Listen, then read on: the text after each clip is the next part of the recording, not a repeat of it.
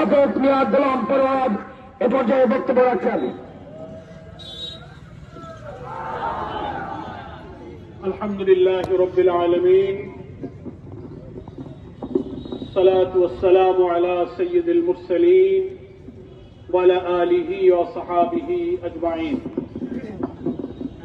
আসসালামু আলাইকুম ওয়া রাহমাতুল্লাহি ওয়া বারাকাতুহু। সবাই আল্লাহর মধ্যে আপনারা ভালো আছেন? নতুন বাংলাদেশ দ্বিতীয় স্বাধীনতার এই চমৎকার মুক্ত বাতাসে শ্বাস ফেলতে পেরে আল্লাহর এক প্রিয় গোলাম নেক বান্দা আমাদের প্রিয় নুরুন নবীর জানাজায় শরীক হতে পেরে আমরা মহান রবের দরবারে প্রাণ ভরে শুকর গুজার করছি। আলহামদুলিল্লাহ, রব্বানা লাকাল হামদ হামদান কাসীরান তাইয়্যিবান মুবারাকান ফী। আজকে আমাদের এই প্রিয় নুরুন নবী ভাই, যিনি যশোরের গণমানুষের কাছে মাস্টার নুরুন নবী নামে পরিচিত এবং খ্যাত ছিলেন, তার জানাজায় সমবেত হয়েছি। আমাদের মাঝে নুরুন নবী ভাইয়ের শোকাহত পরিবারের সদস্য, তার সুযোগ্য সন্তান ফয়সাল আমাদের মাঝে উপস্থিত আছে। নুরুন নবী ভাইয়ের বিধবা স্ত্রী, তার একটি কন্যা ডাক্তার, তার ছেলে ইঞ্জিনিয়ার, দুটো ছেলে মেয়ে রেখে, ভাবিকে রেখে তিনি রবের দরবারে পাড়ি জমিয়েছেন। আমি ভাবির কাছে সান্ত্বনা দেওয়ার সময় আজকে বলেছি যে মহান আল্লাহ তাআলার ফয়সালার প্রতি সন্তুষ্ট হয়ে কোন মানুষ যদি তার আপন জনকে হারিয়ে আল্লাহর রাজি থেকে আলহামদুলিল্লাহ বলে শুকরিয়া আদায় করে, আল্লাহ রাসূল সাল্লাল্লাহু আলাইহি ওয়াসাল্লাম বলেছেন জান্নাতে তার জন্য একটি ঘর নির্মাণ করা হয়। আমার ভাবিকে দেখেছি, অত্যন্ত দৃঢ়, সাবের, শাকের এবং তাওয়াক্কুলের এক নমুনা। তিনি ভেঙে পড়েননি, সবরের এক দৃঢ় উদাহরণ তিনি আমাদের মাঝে পেশ করেছেন। আলহামদুলিল্লাহ, আলহামদুলিল্লাহ।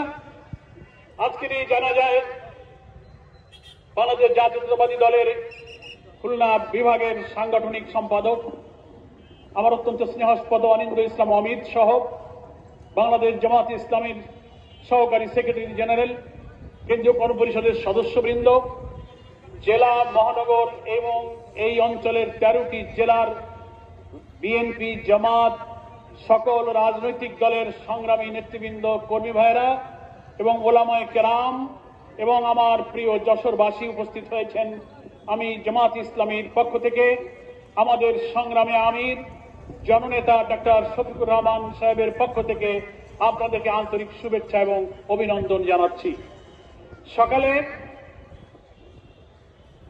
আমাদের আমিরে জামাত ডক্টর শফিকুর রহমান সাহেব আমাকে জানালেন যে এই জানাজায় তো আমারই যাওয়ার প্রয়োজন ছিল, কিন্তু আপনারা জানেন বাংলাদেশের বিদ্যমান রাজনৈতিক পরিস্থিতিতে বাংলাদেশ জামাত ইসলামের আমির হিসেবে আজকে তার অত্যন্ত রাজনৈতিক ব্যস্ততার কারণে তিনি আসতে পারেননি। তিনি আমাকে দায়িত্ব দিয়েছেন, আপনি যাবেন, তার পরিবারকে, যশোরবাসীকে আমার সালাম জানাবেন।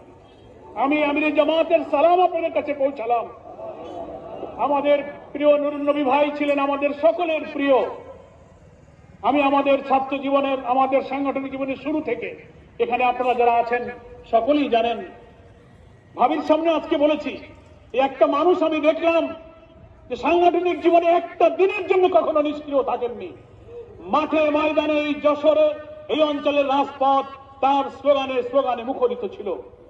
সকল অত্যাচারী শাসক, ফ্যাসিবাদ এবং জুলুম নির্যাতনের বিরুদ্ধে সকল সংগ্রামের গণতন্ত্রপ্রিয় মানুষের সাথে রাজপথের মুষ্টিবদ্ধ বাহু ছিল মাস্টার নুরুন নবী।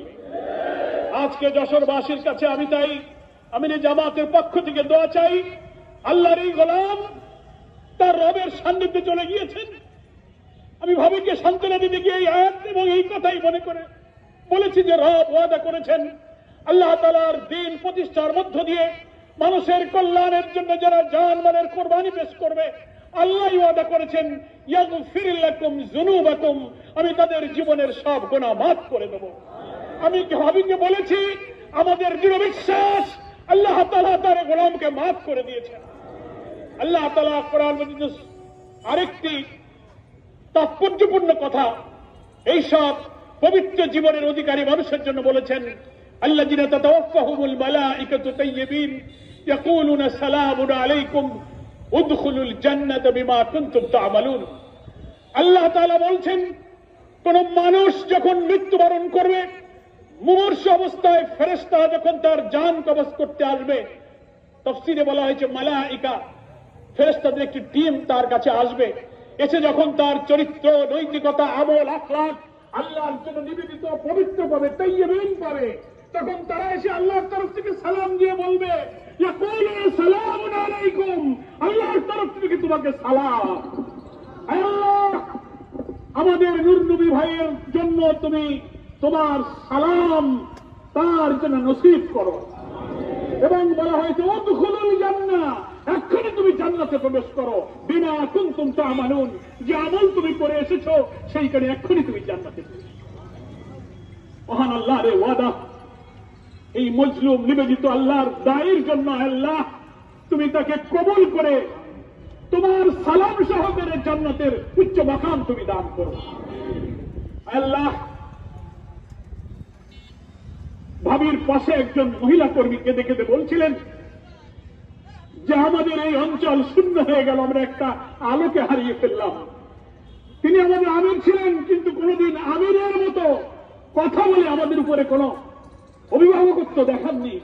আমরা তার অভাব কোনদিন পূরণ করতে পারবো না।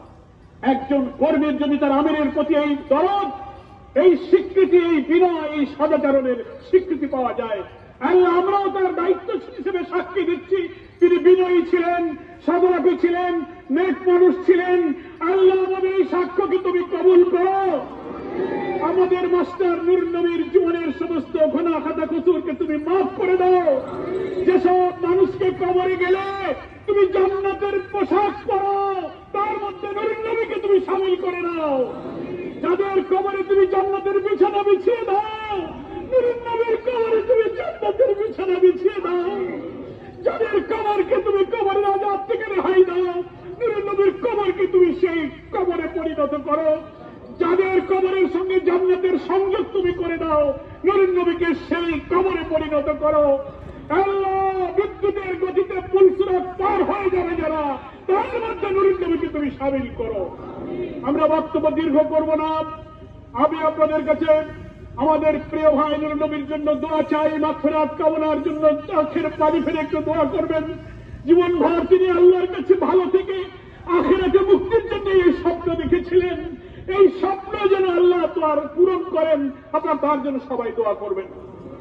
এবং এই সাংগঠনিকভাবে অবিভক্ত যশোরের তিনি একসময় জেলা সেক্রেটারি ছিলেন। মাওলানা আজিজুর রহমান আমির ছিলেন দীর্ঘদিন, তিনি সেক্রেটারি ছিলেন। সাংগঠনিকভাবে আমাদের জেলা এখন 3টি শাখায় পরিণত হয়েছে, 3 জন আমির, তার একজন আমির পূর্ব জেলার, তিনি আজকে বিদায় নিয়ে গেলেন। এখানে সকল দল মত নির্বিশেষে তিনি অমিত বলেছেন যে সকলের কাছে তিনি প্রিয় একজন জননেতা ছিলেন। আল্লাহ তাআলা তার সমস্ত মানব কল্যাণের খেদমতকে কবুল করুন। আমরা বক্তব্য দীর্ঘ করব না।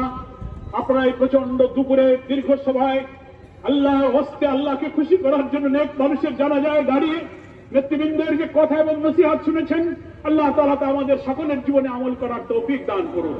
আমি আপনাদের প্রতি আমি এই জামাতের পক্ষ থেকে কৃতজ্ঞতা জানিয়ে আমাদের নিজেদের জন্য দোয়া কামনা করে একটি নতুন বাংলাদেশ, নতুন স্বাধীনতার স্বাদ, শোষণ মুক্ত একটি কল্যাণকার রাষ্ট্র প্রতিষ্ঠার যে নতুন যাত্রা বিপ্লবী ছাত্র সমাজের নেতৃত্বে শুরু হয়েছে, আল্লাহ এই জাতির জন্য এই যাত্রাকে শুভ এবং কল্যাণময় করুন।